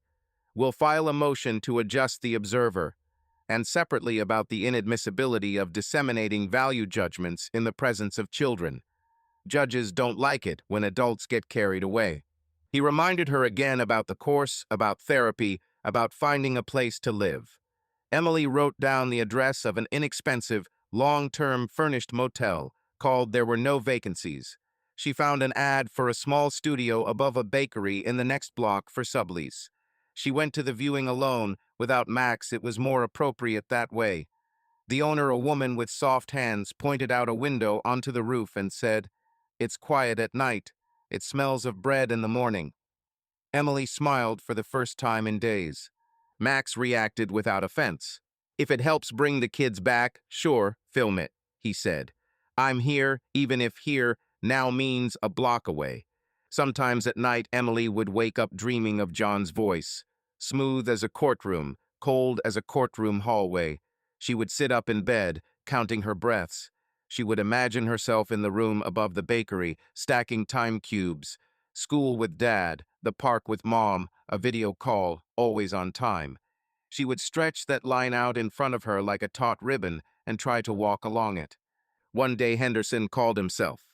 "The judge has appointed a mediator and will likely appoint a guardian ad litem. Don't be alarmed. This means someone will talk to the children separately, to both of you, look into the house, draw conclusions. Your job is to be level-headed. No fire, no excuses. Practice and rhythm. The children are your argument." "I can do it," Emily said, and for the first time, she believed in herself. The rumors in the neighborhood did not subside. Some politely turned away at the checkout, others, on the contrary, approached. "If you need help, say so," and these words sounded so awkward that you wanted to hide under the last shelves of pasta. Emily learned to move among these looks, as among furniture in a dark room, slowly, without catching sharp corners. She stopped reading school chats, put filters on social networks, and made a rule: no answers after 9 in the evening. This discipline strangely gave strength. John, meanwhile, was tough and predictable. He handed the children over to the meetings on the dot, never stopping for "How are you?" or "What's your drawing today?" At each exchange, they saw each other for 20 seconds, faces, bags, hats, and parted in silence. Sometimes Emily caught such weariness in his eyes that she wanted to say, "I'm guilty, I know, I'm sorry," but any words were like salt now. He tried to be the perfect father, and he was, as usual. She tried to be a mother during the allotted hours and became this hourly mother, gathering into 2 or 3 meetings, everything that could be called childhood. At night, sitting on a stool in the new studio, she wrote a list of 10 items. 1 course summary, 2 letter from Miss Carter, Sarah's teacher, 3 park and library schedule, 4 request the court to change the proctor, 5 pediatrician's recommendations, 6 resume for the library, 7 resume for the bakery, 8 talk to Max about boundaries, no touching in front of the children, no appearing on the horizon, 9 call log, 10 do not read chats. Under the 10, she had a heart. The light on the small table flickered. It smelled of bread, as promised. The next weekend, Mrs. Grayson brought the children to the park again. Emily was early again. This time, she had a letter from the psychologist in her pocket about the therapy she had started and a copy of the certificate from the parenting course. She knew that paper was not love, but in this battle, paper was a shield. A funny, rustling one, but a shield nonetheless. "Mom, look." Sarah ran up first. "I learned to hang on the horizontal bar for 7 seconds. 7, Emily raised her thumb. "That's almost 8. They laughed. The children's eyes were brighter than they had been 2 weeks ago. At one point, when Michael had fallen asleep in her lap, Sarah leaned in close and whispered, "I know you haven't traded us." Emily nodded, afraid to disturb her brother's sleep and her own fragile courage. She felt the bar inside her stop shaking. There was a mediator ahead, a guardian, more trials, more conversations in which every word would be weighed. Public opinion was not on her side. The house was not hers yet. But she had these two heads at her shoulder and a list of 10 items on the table above the bakery. And also breathing. Inhale until 4. Exhale until 6. Walk, even if it seems like there is emptiness under your feet. Because somewhere out there, on the other side of papers and schedules, is her place in the children's lives. And she will have to fight for it, not get it back. 3 months after the tumultuous breakup, the court put a seal where the vows had once been. The decision was expected and yet painful. John would have the house and primary custody. Emily would have 2 weeks each summer, every other weekend, and a few extra days on holidays as the children adjust. It was more than she had feared and far less than she had wanted. The wording sounded as sterile as a manual for a device, and that made it all the more humiliating. Parent A, Parent B, temporary arrangement. Inside, the words didn't smell like cinnamon in the kitchen, or the children's hands on her neck, or laughter under a blanket. Just cold edges. The farewell to home was quiet. Emily arrived in the mornings after Sarah and Michael had been carted off to school. She walked through the rooms she knew from memory in the dark, packing her life into boxes. Clothes, photo albums, children's crafts with crooked eyes, 3 favorite glasses, a plaid blanket. On the wall in the dining room was a picture against the backdrop of the Grand Canyon. John scooping up Sarah, Emily with Michael in a baby carrier, the sun laughing through every crack. The frame was heavy as stone. Take it, keep it. The picture went back on the shelf. What was inside the frame belonged to the past, and dragging it into the future would not change a single line. Before leaving, she paused on the porch. The maple rustled with that whisper that had once seemed a blessing. For a second, Emily wanted to go back in, write a long letter to John, promising to fix every last crack. But the reality was as direct as law. These doors were no longer for her. The car started moving, boxes thumping dully in the trunk. Emily looked ahead, not in the mirror. The new apartment was above a bakery on the outskirts of Chicago, with a window to the courtyard and a narrow kitchen with 2 burners. In the mornings, it smelled of bread, in the evenings of the neighbor's laundry detergent. The bed, table, chair, bookshelf made of boxes, everything temporary, but neat. Emily got a full-time job at a small marketing agency old contacts unexpectedly worked. During the day briefs, deadlines and spreadsheets, in the evening online courses to catch up with the passing years. At night, silence came, and from it tears. Not hysteria, no, just water that found its way. Max was still around, but their story had lost its cinematic luster. Half of the clients left after gossiping. 2 landlords refused to let him use the space for a studio. We don't want any extra attention. He held on, clenched his teeth, and joked to make it easier for her. He helped her move, brought a blender for your smoothies, fixed a dripping faucet. They saw each other less often. By mutual agreement, a break, while the children got used to it, while the city forgot. Sometimes they called late at night, when their voices became quieter. How are you? I'm living. You? I'm practicing my breathing.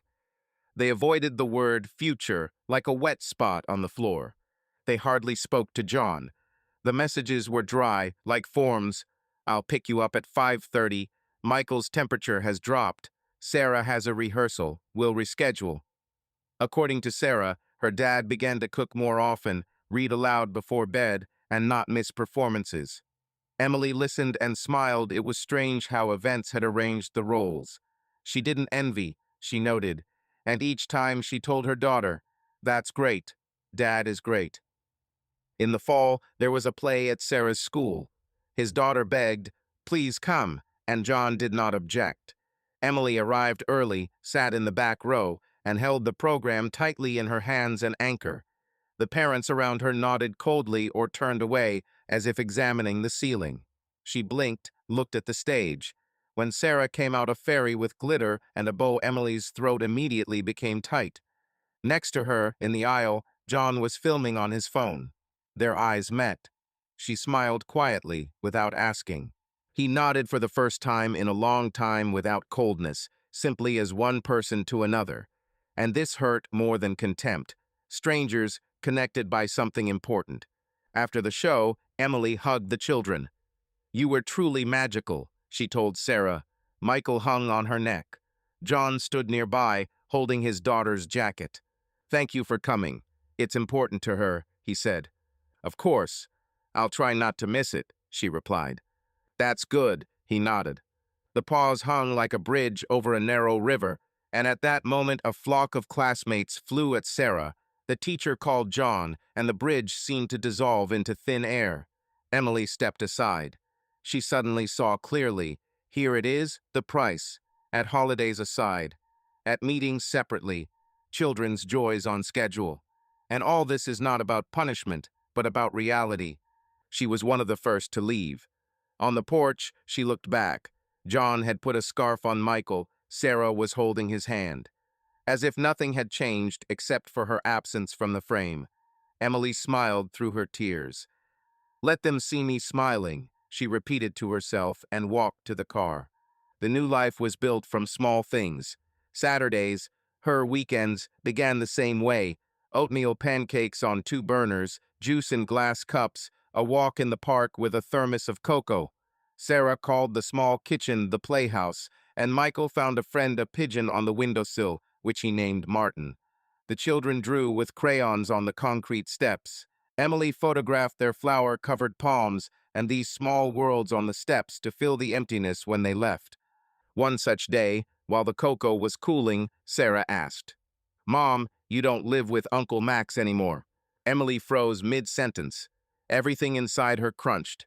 "Max and I decided to live separately for a while," she said honestly, "so that you could feel more at ease, and so that everything would settle down." "Do you like him?" "I like him," Emily admitted, "as a person. But the most important thing is you and Michael. That's the truth that never changes." Sarah nodded, as if checking a box off her internal list. "Okay, then let's learn my text," and thrust the notebook into Mom's hands. Emily exhaled slowly, as a psychologist would have you believe. In the evenings, alone, she wrote letters in a notebook that she never sent. "Dear Sarah, if you ever want to understand what it was like. Michael, I'm sorry that the word schedule appeared in your vocabulary before adventure." These letters organized her guilt. They didn't justify it, they didn't excuse it, but they gave shape to the lump in her chest. The psychologist said, "Guilt is an attempt to regain control of the past. Instead, regain control of the present." Emily wrote, "Plan, call kids at 7:30 p.m., video on Wednesdays, postcards on Fridays." On Wednesdays, they video chatted. Sarah talked about math and the new girly club where boys weren't allowed. Michael showed off cars and speed rocks. Sometimes John would pass by, appearing in the frame for a second. "Hi," he'd say, and "hi" would come back. No fighting, no laughter, a thin thread that still held them together. Work was also a price and a cure. At the agency, Emily quickly remembered what it was like to assemble a campaign from letters and meanings, argue about fonts and deadlines, and give the client her voice back. Her colleagues accepted her without details, divorced, 2 kids, and that made it easier. She caught herself laughing at office memes again, sitting over a case again because I want to do better and not because I have to. And yet, sometimes, opening her email in the morning, she caught herself thinking, how long has it been since anyone called her Mom first thing? This thought pricked her like a small splinter.